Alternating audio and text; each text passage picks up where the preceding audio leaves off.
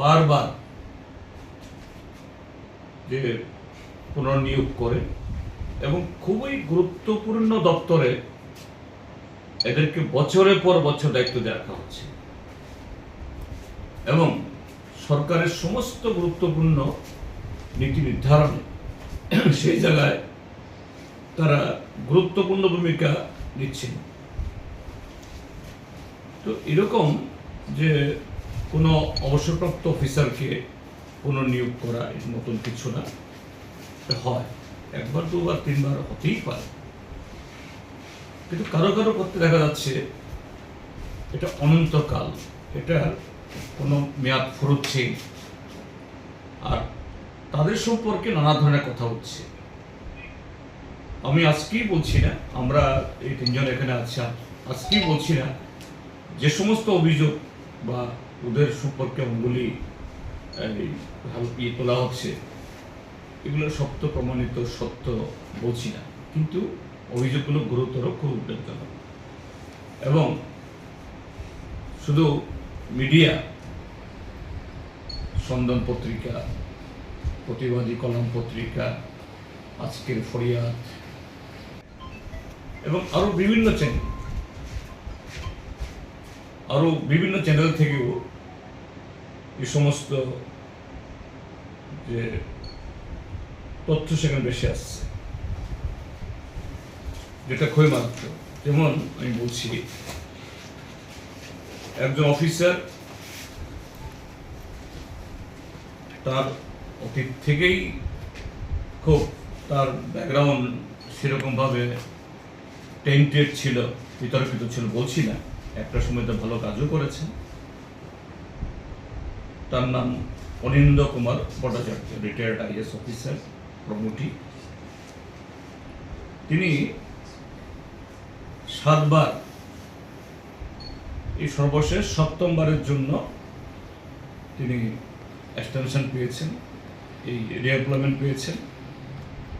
তিনি post hold করছেন special secretary post, GA PMT পদে। এই বারবার এক্সটেনশন পাচ্ছে এবং সেই পদে থাকছে, আর এইভাবে তারা তাদের ক্ষমতা প্রয়োগ করছে। দ্বিতীয় হলো আরেকজন অফিসার, তার নাম প্রদীপ কুমার চক্রবর্তী, তিনিও রিটায়ার্ড আইএস অফিসার। তিনি এ পর্যন্ত 8 বার রিএমপ্লয়মেন্ট পেয়েছেন, 8 বার। তিনি একটা সময়তে বিলিয়নিয়ার এসডিএম ছিলেন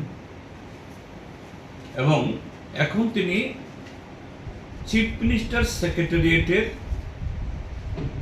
সেক্রেটারি, অর্থাৎ চিফ মিনিস্টার মানে যাবতীয় হোম হোক, ফাইন্যান্স হোক, জুডিশিয়ারি হোক, প্ল্যানিং হোক, আর চিফ মিনিস্টার পিডব্লিউডি সেক্রেটারি, তিনি হেলথ সেক্রেটারি, তিনি এডুকেশন সেক্রেটারি, তিনি আরডি সেক্রেটারি, তিনি আরবান সেক্রেটারি,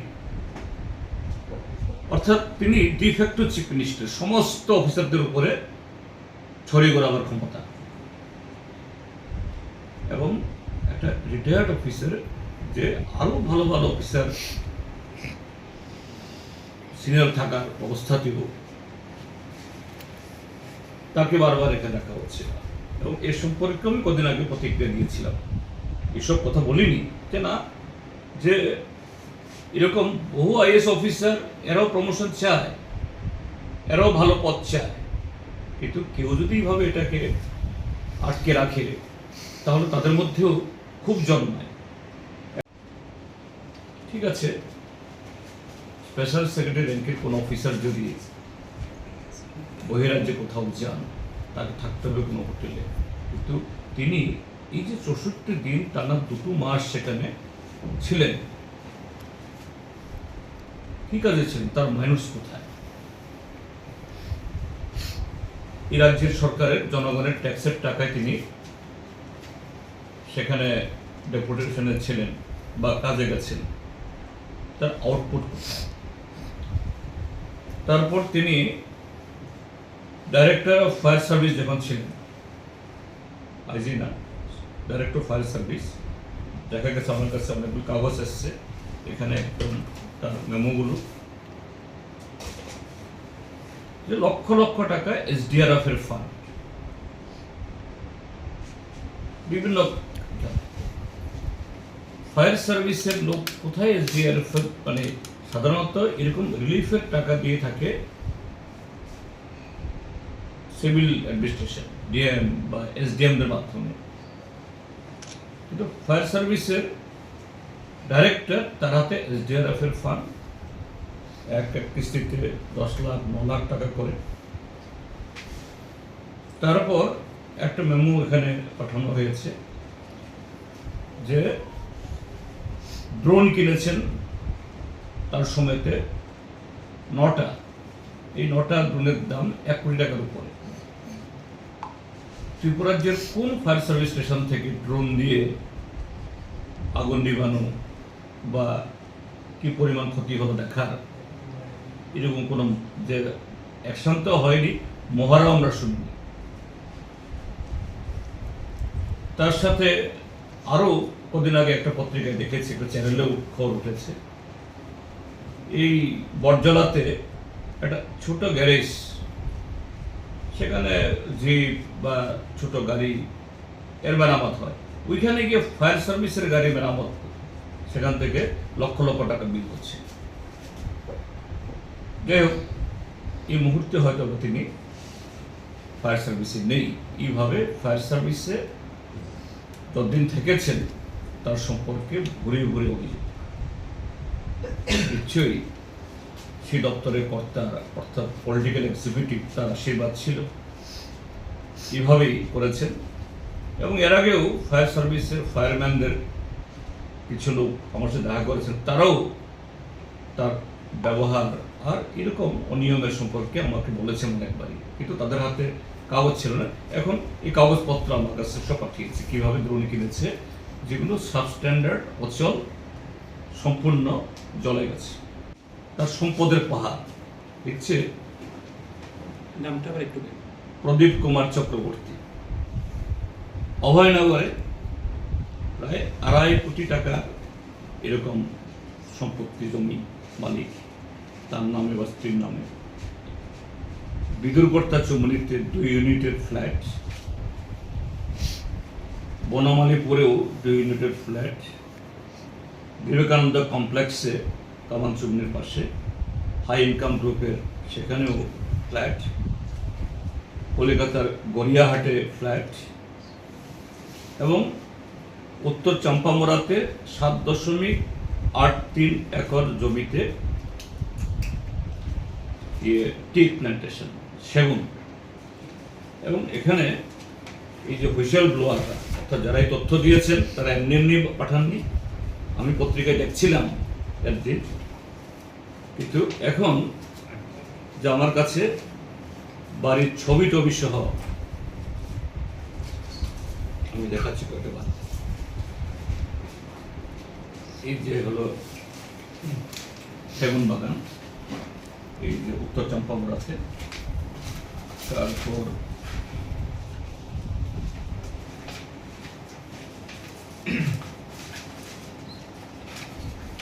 এটা হলো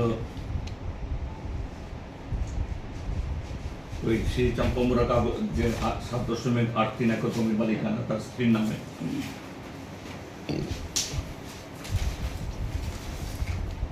এটা একটা বাড়ি আলোচনা শহরে কোনো একটা জায়গাতে,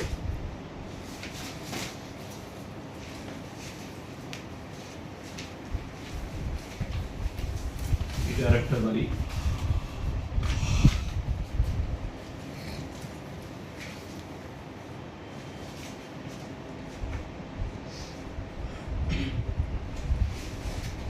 এরকম ভাবে যে অসংখ্য সম্পত্তি যা প্রকাশিত অপ্রকাশিত থাকতে পারে। তার সাথে আরো জঘন্য হলো যে এই প্রদীপ চক্রবর্তী যে বিলোনিয়া মহকুমা শাসক থাকাকালীন সময়ে সেখানে কিছু জমি জমার এই সেকেন্ড শিডিউল থেকে ইয়ে করেন, যেটা আমাদের রাজ্যের ভূমি রাজস্ব আইনে হয় না, অর্থাৎ সরকারি খাস জমি এটাকে কোনো রকম নিয়ম কানুন না মেনে জুত করে দেওয়া, জোত জমিকে খাস করে দেওয়া, এরকম জাতীয় TLR Act 60 এটা অনিয়ম করে, তার বিরুদ্ধে সেখানে বিলুনিয়ার DM রেভিনিউ সেক্রেটারি তারা এই প্রদীপ চক্রবর্তীর বিরুদ্ধে ডিপার্টমেন্টাল প্রসিডিংস অর্থাৎ আইনানুগ ব্যবস্থা গ্রহণ করার জন্য লিখেছেন। কিন্তু এরকম একটা ব্যক্তি চিফ মিনিস্টারের সেক্রেটারি থাকা অবস্থায় যার সম্পর্কে এতগুলো সম্পত্তি নামে বেনামে করার অভিযোগ, তার চেয়ে জঘন্য হলো SDM থাকাকালে, হ্যাঁ এটা আমলে না, যে আমলেই হোক SDM থাকাকালে এই জমি সংক্রান্ত ক্ষেত্রেতে এরকম জালিয়াতি করা, তো সেই ব্যক্তি এত পছন্দ কেন সরকার, এত পছন্দ কেন মাননীয় মুখ্যমন্ত্রী? আর যদি সেরকম একটা ব্যক্তি যদি মুখ্যমন্ত্রীর দপ্তরের সচিব হন, স্বাভাবিক মুখ্যমন্ত্রীর সম্পর্কে, সরকার সম্পর্কে সন্দেহ তৈরি হবে।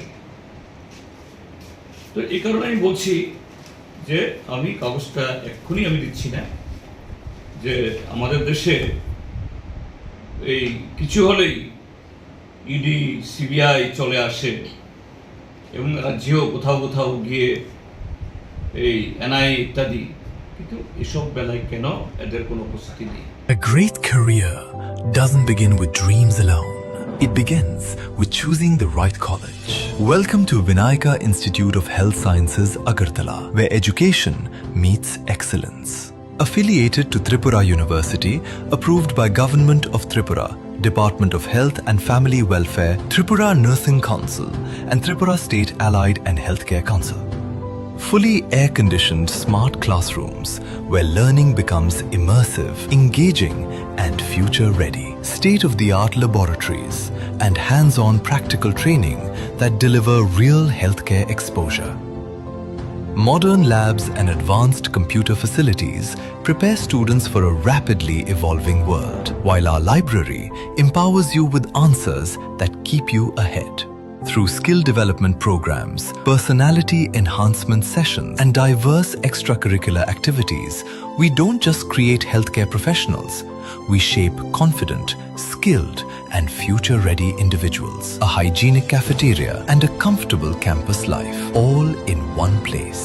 With 24/7 CCTV surveillance and a free Wi-Fi zone, the campus remains safe, secure, and always connected. Indoor games and a vibrant student life, because growth goes beyond the classroom. Choose from Bachelor of Science in Nursing, GNM, Bachelor of Medical Laboratory Science, and Bachelor of Medical Radiology and Imaging Technology. With NSP scholarship opportunities and education loan assistance, your dreams move forward without limits. Admissions open for session 2026-27.